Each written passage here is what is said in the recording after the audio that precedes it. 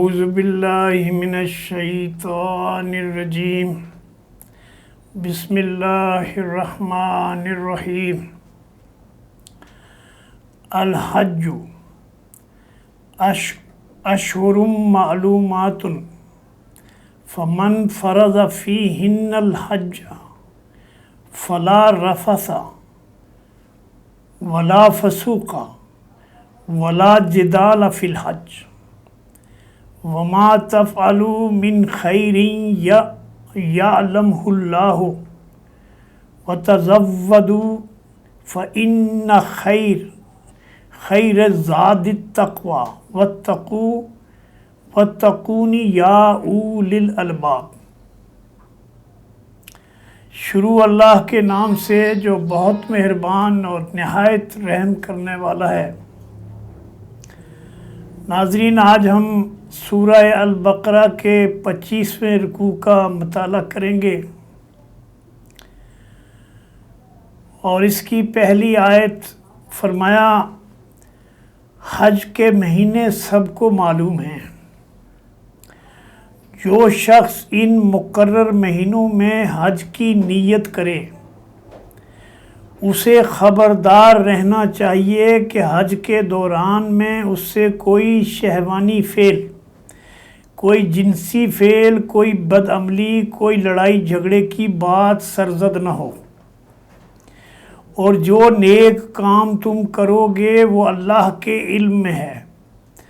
حج کے سفر کے لیے زاد راہ یعنی خرچہ اپنے ساتھ لے جانا، اور سب سے بہتر زاد راہ، سب سے بہتر زاد راہ تقوی ہے، اللہ کے ساتھ تعلق اور اللہ کے ساتھ وابستگی ہے۔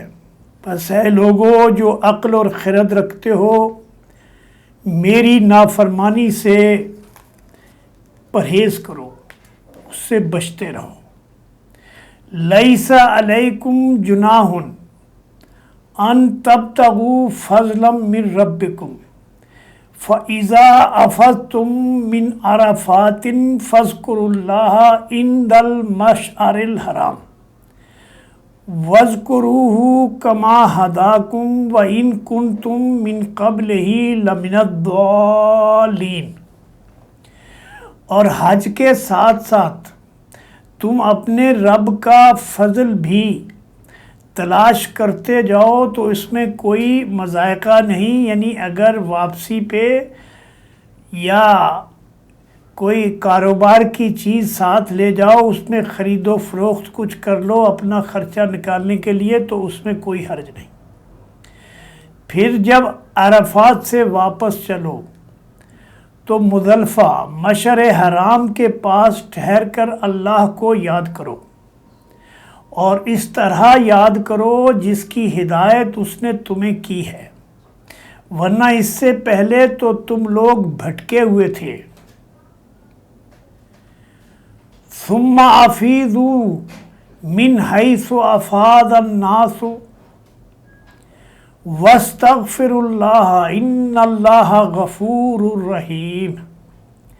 فَإِذَا قَضَيْتُم مَّنَاسِكَكُمْ فَاذْكُرُوا اللَّهَ كَذِكْرِكُمْ آبَاءَكُمْ أَوْ أَشَدَّ ذِكْرًا فَمِنَ النَّاسِ مَن يَقُولُ رَبَّنَا آتِنَا فِي الدُّنْيَا وَمَا لَهُ فِي الْآخِرَةِ مِنْ خَلَاقٍ وَمِنْهُمْ مَنْ يَقُولُ رَبَّنَا آتِنَا فِي الدُّنْيَا حَسَنَةً وَفِي الْآخِرَةِ حَسَنَةً وَقِنَا عَذَابَ النَّارِ۔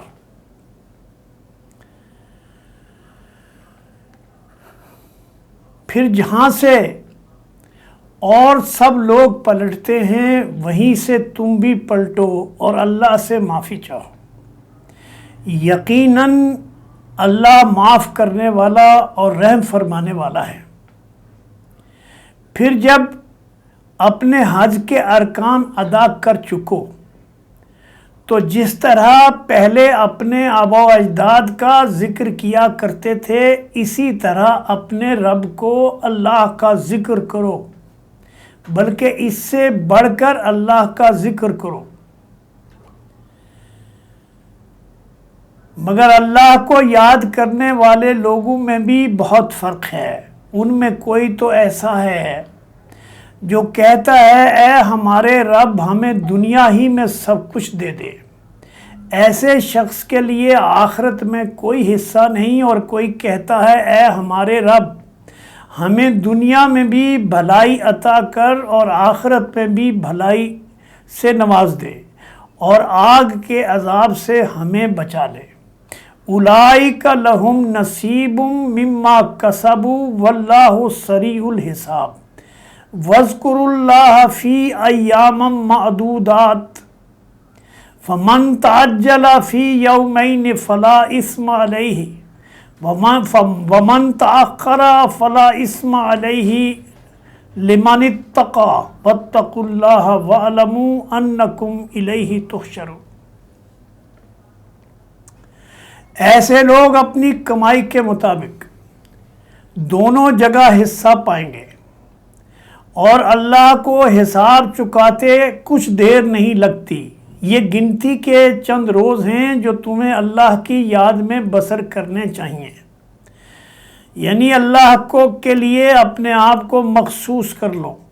پھر جو کوئی جلدی کر کے 2 ہی دن میں واپس ہو گیا تو کوئی حرج نہیں، اور جو کچھ دیر زیادہ ٹھہر کر پلٹا تو بھی کوئی حرج نہیں، بشرطے کہ یہ دن اس نے تقوی کے ساتھ، عبادت کے ساتھ اللہ کی بندگی میں بسر کیے ہوں، گزارے ہوں۔ اللہ کی نافرمانی سے بچو اور خوب جان رکھو کہ ایک روز اس کے حضور میں تمہیں پیش ہونا ہے۔ وَمِنَ النَّاسِ مَن يُعْجِبُكَ قَوْلُهُ فِي الْحَيَاةِ الدُّنْيَا وَيَشْهَدُ اللَّهَ عَلَى مَا فِي قَلْبِهِ وَهُوَ لَبْدُ الْخِصَامِ اذا تولى سعى في الارض ليفسد فيها ويهلك الحرث والنسل والله لا يحب الفساد واذا قيل له اتق الله واخذته العزة بالاسم وحسبه جہنم وبئس المہاد۔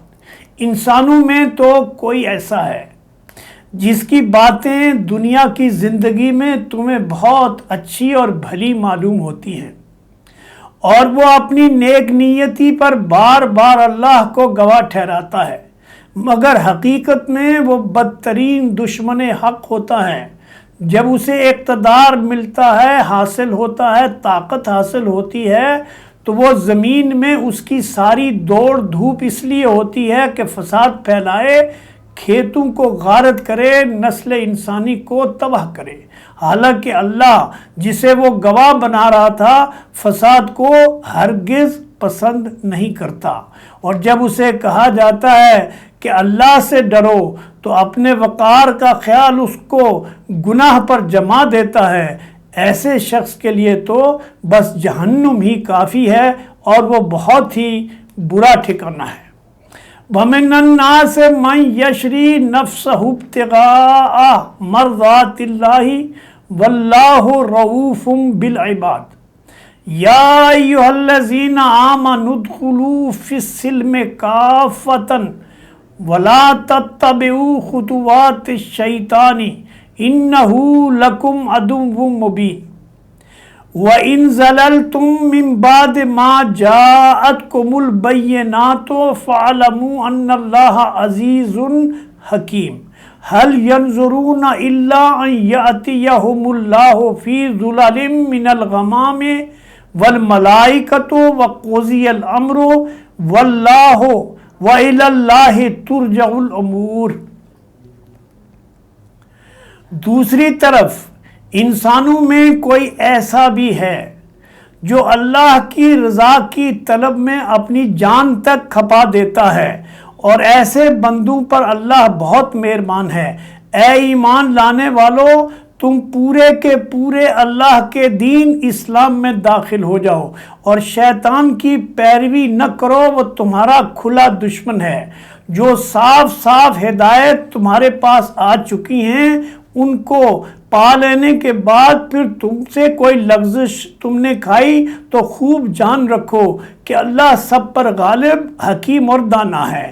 ایسی ان ساری نصیحتوں اور ہدایتوں کے بعد بھی لوگ سیدھے نہ ہوں تو کیا وہ اب اس بات کے منتظر ہیں کہ اللہ بادلوں کا چتر لگائے، فرشتوں کے پرے ساتھ لیے خود سامنے موجود ہو اور فیصلہ ہی کر ڈالا جائے؟ آخر کار سارے معاملات پیش تو اللہ ہی کے حضور ہونے والے ہیں۔